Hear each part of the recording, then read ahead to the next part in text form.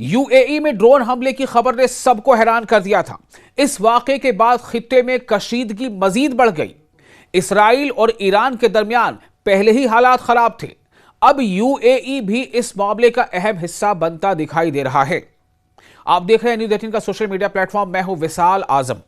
दरअसल 17 मई को यूएई यानी मुत्तहिदा अरब अमारात की वजारत दिफा ने यानी डिफेंस मिनिस्ट्री ने बताया कि उसके फ़िज़ाई दिफाई निज़ाम ने 3 ड्रोन्स को रोका जो मगरिबी सरहद से अमाराती फ़िज़ाई हुदूद में दाखिल हुए थे, वेस्टर्न बॉर्डर से दाखिल हुए थे। मिनिस्ट्री के मुताबिक 2 ड्रोन्स को कामयाबी से तबाह कर दिया गया, लेकिन तीसरा ड्रोन अज़-ज़फ़रा के इलाके में वाक़े बराका न्यूक्लियर पावर प्लांट के बैरूनी हिस्से में मौजूद पावर जनरेटर से टकरा गया। बैरूनी मतलब बाहरी हिस्से में। कई हफ्तों में पहली बार यूएई ने यह दावा नहीं किया कि ड्रोन ईरान की तरफ से आए थे। यूएई ने यह दावा नहीं किया कि ड्रोन ईरान की तरफ से आए थे, जबकि इससे पहले भी ईरान की मुसल्लह अफवाज इन इल्जामात की तस्दीक कर चुकी थी। इन इल्जामात की तस्दीक नहीं कर चुकी थी। वो बार बार कहती रही है, ईरान का बार बार कहना है कि ड्रोन हमले हमारी तरफ से नहीं किए गए। ईरान का एक बहुत ही मोतबर न्यूज़ इदारा है, इसका नाम है तस्नीम। तो तस्नीम से बात करते हुए एक फौजी जरिए ने दावा किया कि ड्रोन हमला इसराइल ने किया था।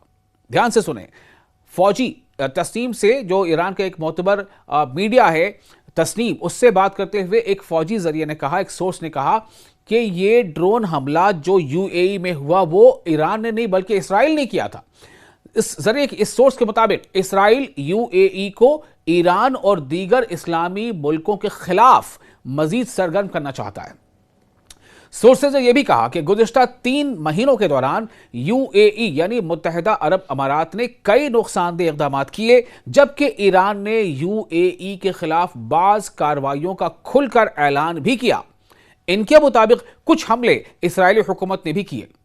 फौजी जरिए ने कहा कि यूएई को यह समझना चाहिए कि बच्चों के कातिल इस्राएली हुकूमत से दोस्ती उसे न सलामती देगी और न माशी फायदा, माशी यानी इकोनॉमिकल बेनिफिट, बल्कि उससे मुल्क की सिक्योरिटी, मईशत और साख को नुकसान पहुंचेगा। ईरान का यह कहना है कि ईरान खित्ते के किसी भी मुल्क से दुश्मनी नहीं चाहता और तमाम इलाकाई मुल्कों को मिलकर अमन कायम करने और अपने अवाम की फलाह के लिए काम करना चाहिए। याद रहे कि 2020 में यूएई ने इसराइल के साथ ताल्लुकात मामूल पर लाने के लिए अब्राहम अकॉर्ड पर दस्तखत किए थे। इसके बाद दोनों मुल्कों के दरमियान यानी यूएई और इसराइल के दरमियान तिजारत, दिफा यानी डिफेंस और टेक्नोलॉजी के शोबों में ताउन बढ़ा। ताहम ईरान और कई इस्लामी हलकों ने इस फैसले पर सख्त तनकीद की थी।